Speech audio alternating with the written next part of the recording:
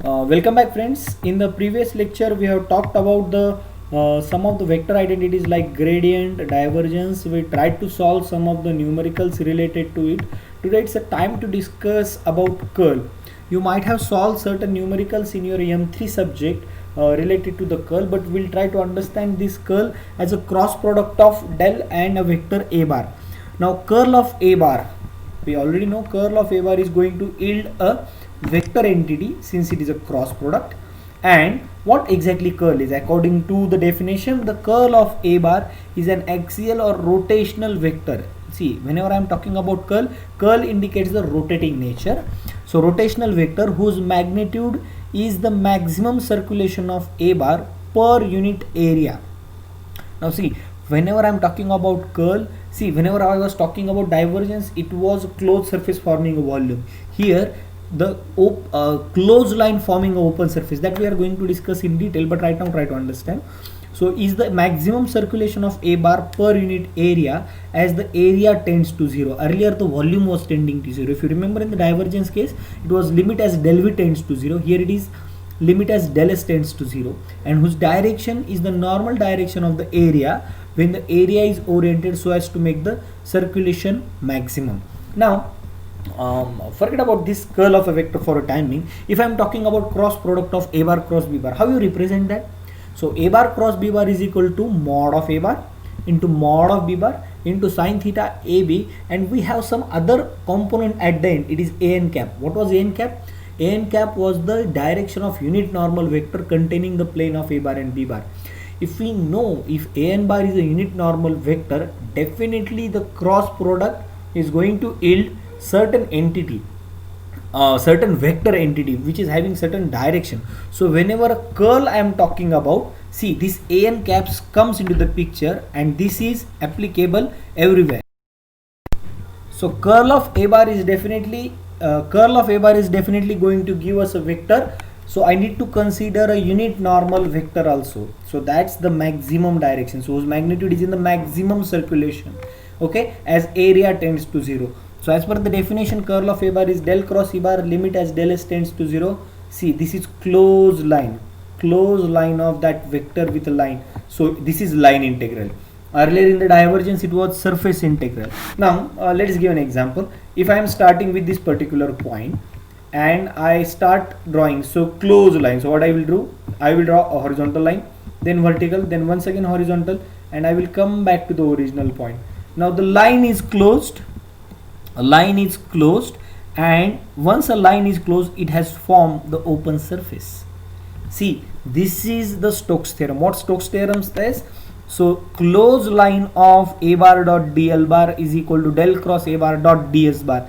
So closed line forms open surface. As and when time comes and when we'll see the Maxwell's equation, at that time those concepts will be more and more clear. But right now just try to understand, curl is going to give me a vector entity, divergence is going to give me a scalar entity, and gradient is going to give me a vector entity.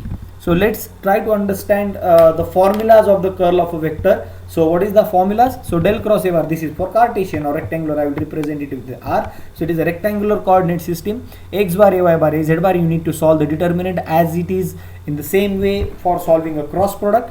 So ax bar, a y bar, a z bar, dou by dou x, dou by dou y, dou by dou z, and coefficients of the vector ax, ay, az. That's it. Similarly, whenever I am talking about curl of a vector and I am talking about a cylindrical coordinate system, what I am going to consider? I am going to consider this rho somewhere.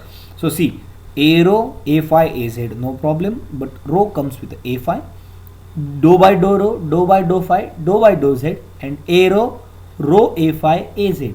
So rho is coming here also, try to remember this, don't forget, rho is coming here also, and rho is coming here also, and 1 upon rho, a rho, rho a phi, a z bar, dou by dou rho, dou by dou by dou phi, dou z, and capital A rho, capital A phi, and az. If you just remember all these things, it becomes easier for you to remember the formula, and it's not that much difficult. So first of all, whenever the vector fields are given, try to understand in which coordinate system the problem is given, and then try to apply the formulas. Finally, coming to the spherical coordinate system, del cross a bar 1 upon r square sine theta. Okay, so this r square sin theta is outside this determinant sign. So ar bar r a theta, r comes with a theta, r sin theta comes with a phi. R comes with a theta, r sin theta comes with a phi. R comes with capital A theta, r sin theta comes with capital A phi. That's it.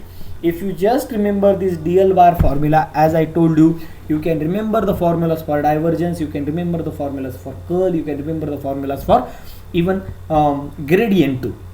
So try to understand these are the basic things. If you remember certain things in a logical way, it's not the thing that you start writing and just mugging it up why the formulas are given to you. It's not like that, because it is a combination. Coordinate system and vectors are going to be in hand, so in that case it becomes necessary for you to understand all these things in detail. So let's understand one more thing. So del cross a bar, so 1 upon r, 1 over r square sin theta, determinant ar bar r a theta bar r sin theta a phi, dou by dou r, dou by dou theta, dou by dou phi, capital ar capital A theta, r sin theta, capital A phi. So if you just remember these things, it becomes easier for you. So depending on these formulas, try to solve the same vector fields which were earlier given to you to calculate the divergence. Calculate the same vector field for curl also. So if I have certain vector fields p bar, q bar and t bar given in this way, what will be the curl of following vector fields? Try to find. This will be your assignment number 3. This is your assignment number 3. That's it. So if you try to solve these, you will get the answer, and we will cross verify it once again, and I will ask you to submit these things on the portal. Now see what hint I want to give, or what trick I want to give it to you. So you just start writing. You take a page, you make 3 columns separately. Write in the left hand side Cartesian, middle cylindrical and spherical, and try to write down all the formulas, because in every unit there will be a bunch of formulas which are applicable to different coordinate system, and you need to remember. So certain formulas are different for Cartesian, cylindrical and spherical, but basic physics concept are not going to vary according to the coordinate system. At that time these things will be useful for you while solving the numericals. So I hope you have understood this lecture, and if you have certain doubts, we can clarify it on our LMS portal.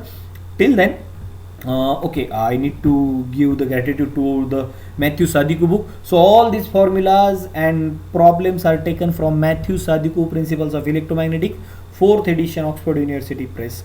So almost 80% of our syllabus, if I am not exaggerating, at least 70% of the syllabus is from this Sadiku book.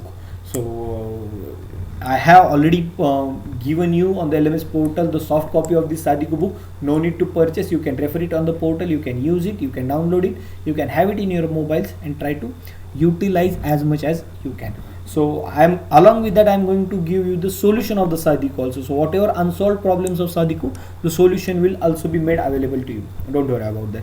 So till then, stay home, stay safe, and keep learning. Thank you very much.